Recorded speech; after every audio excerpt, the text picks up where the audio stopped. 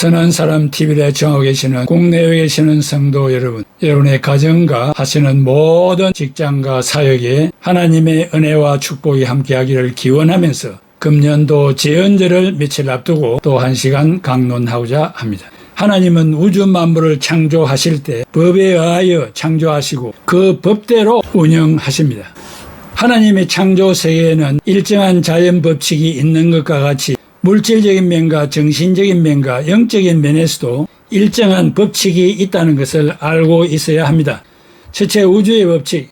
유대인은 78대 21을 우주의 법칙이라고 절대시합니다. 이 법칙은 파레토의 법칙과 유사한 비율을 말합니다. 파레토의 법칙은 이탈리아의 경제학자이며 사회학자인 파레토가 주창한 80대 20 법칙은 소득 불균형을 설명하는 법칙으로 상위 20%에 해당되는 사람이 전체 소득의 80%를 차지한다는 이론입니다. 질서의 하나님은 법칙을 갖고 세상을 움직이시기 때문에 성경에서는 여러 가지 법칙을 언급하고 있습니다. 이것을 사람의 입장에서 보면 일종의 법칙이라 할 수 있습니다.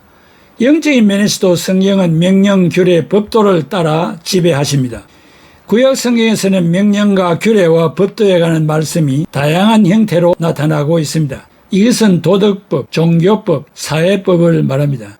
유대인의 613조 법은 명령과 율례, 이것은 규례를 말하고 법도로 구성되어 있습니다. 그중 248개의 법은 하라, 두인 것인데 사람의 관절의 숫자와 같습니다.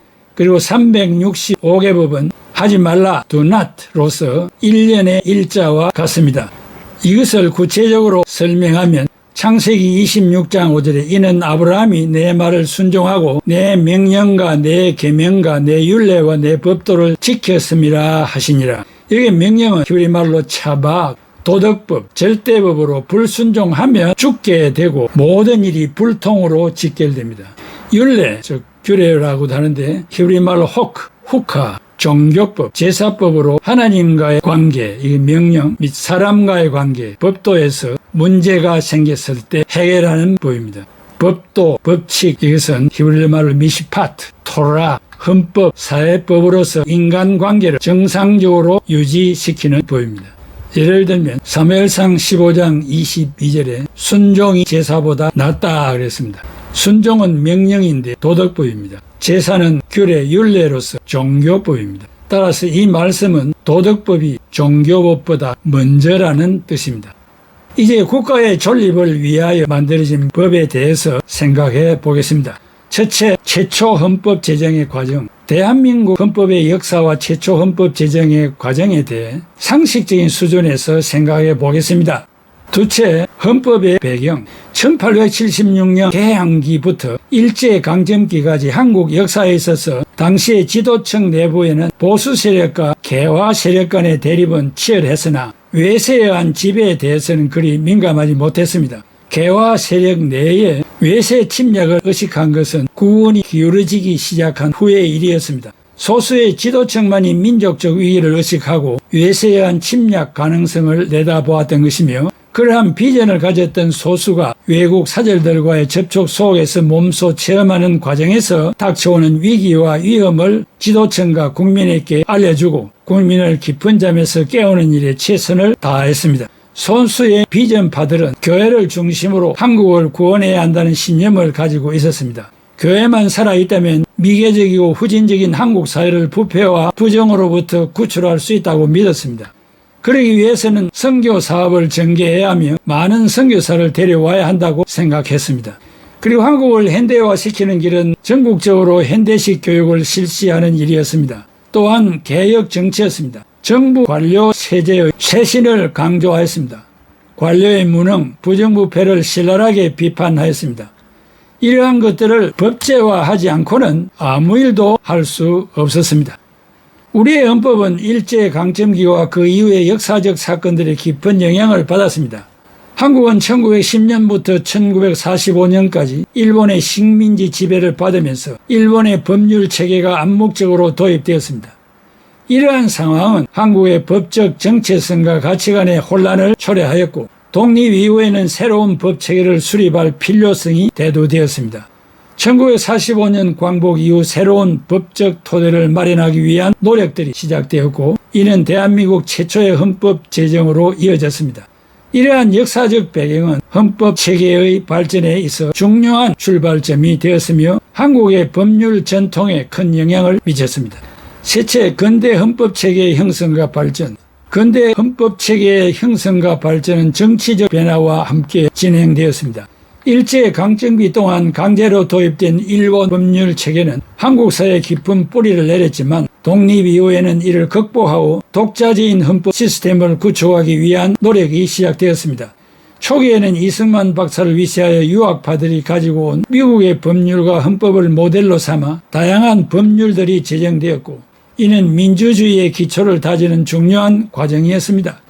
이러한 발전은 법률 제정 과정에서 시민의 권리와 의무를 명확히 하고 국가의 기능을 정립하는 데 기여하였습니다. 이를 통해 한국은 자유민주적 법체계로의 전환을 이루게 되었습니다.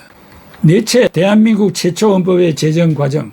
우리의 최초 헌법은 1948년 7월 17일 제정되었습니다. 이는 한국 사회의 치열한 정치적 논의와 갈등을 바탕으로 이루어졌습니다. 1945년 광복 이후 여러 가지 정치적 이념들이 충돌하며 헌법 제정 논의가 진행되었고, 이 과정에서 각 정파의 이해관계가 반영되었습니다. 제정 과정은 헌법 초안을 작성하기 위한 재헌국회 구성과 회의, 그리고 국민들의 의견 수렴을 포함하여 복잡하게 진행되었습니다. 결과적으로 제정된 헌법은 자유민주주의, 인권, 사회정의 등의 기초 원칙을 담아내며 한국의 법체계와 정치적 정체성의 기초가 되었습니다. 다섯째, 헌법 제정의 중심 인물과 역할. 대한민국 헌법 제정 과정에서 중요한 역할을 한 인물로는 이승만, 이건희, 김진읍 등이 있습니다. 이승만은 재헌국회의 초대 의장이자 초대 대통령으로서 헌법 제정에 결정적인 영향을 미쳤습니다. 또한 여러 법률 전문가들이 헌법 초안을 작성하면서 법적 기초를 다졌습니다. 이들은 헌법의 기본 원칙과 내용을 논의하며 자유민주주의와 인권의 가치를 강조하였습니다. 이처럼 중심 인물들의 협력과 노력 덕분에 첫 헌법은 보다 포괄적이고 현대적인 모습으로 탄생할 수 있었습니다.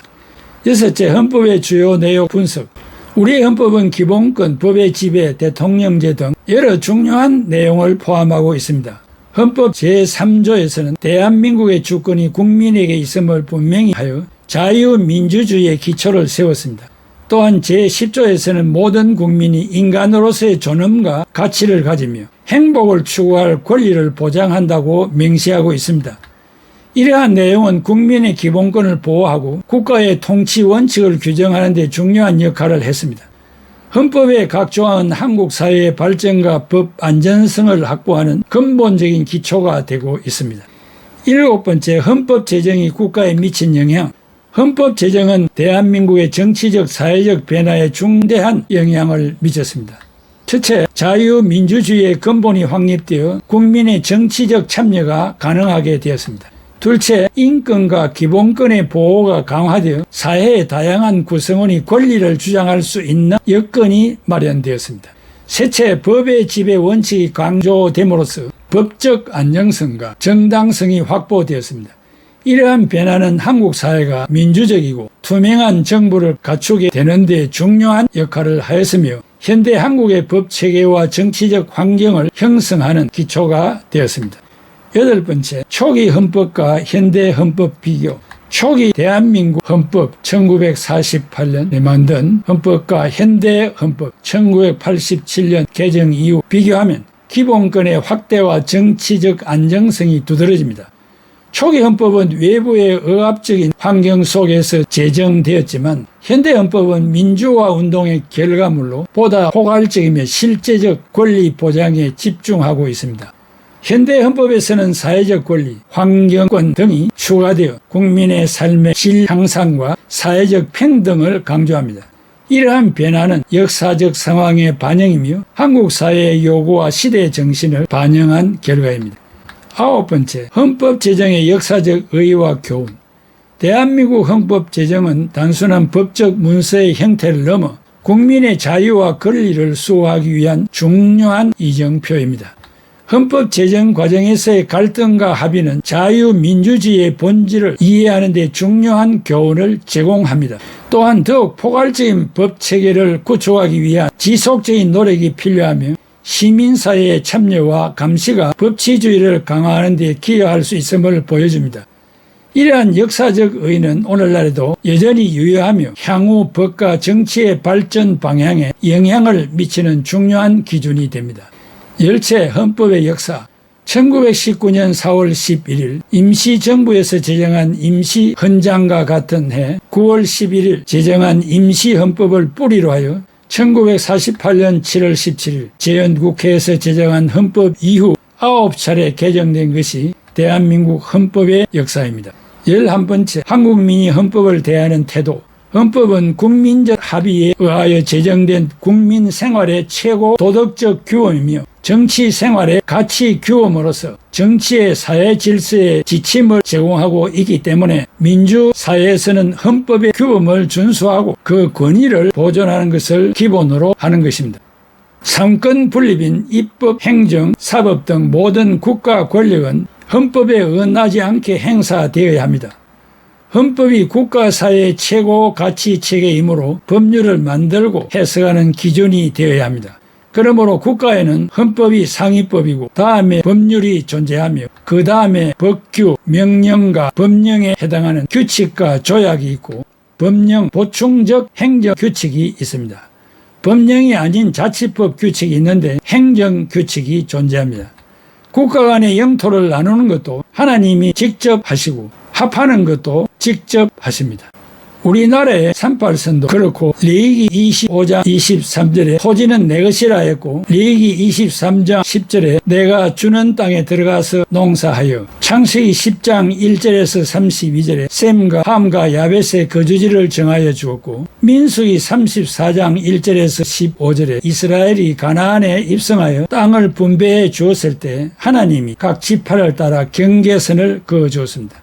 대한민국의 38선도 궁극적으로 하나님이 만들어 주셨기 때문에 하나님이 해결해 주셔야 합니다.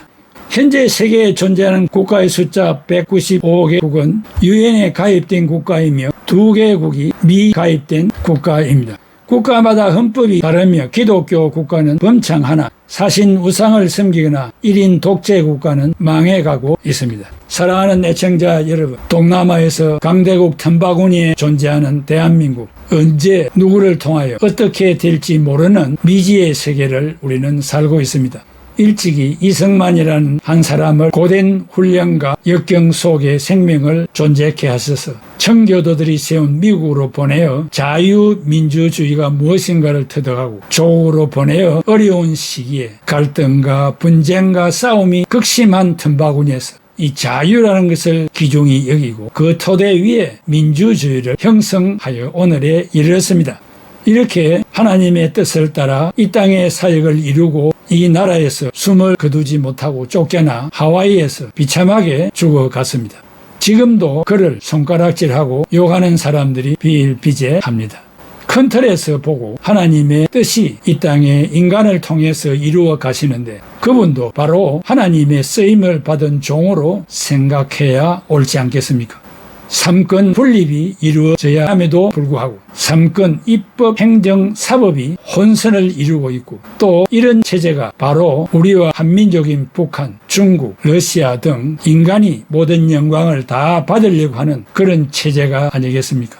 하나님이 이 땅에 그래도 교회를 많이 세워주셔서 그나마 자유민주주의를 지켜가고 있다고 생각하고 앞으로도 우리 교회가 더더욱 기도 많이 하고 법질서를 잘 배워서 한 국민으로서의 사명을 잘 감당하여 이승만 대통령이 만들어 놓은 이 자유민주주의 헌법을 잘 수호하고 우리 자손들에게 물려줄 수 있기를 바람하지 않습니다. 속히 저 원치 않는 38선도 하나님이 제거해 주시고 저 경계선을 무너뜨려 주시고 부모 형제 처자들이 만나고 무너진 교회가 다시 수축되는 놀라운 역사가 우리 살아생전에 이루어질 수 있도록 은혜해 주시기를 기도해야 하겠습니다. 기도합시다. 고마우신 아버지 하나님, 은혜와 사랑을 감사합니다. 재헌절을 맞이해서 헌법의 중요성을 강론했습니다.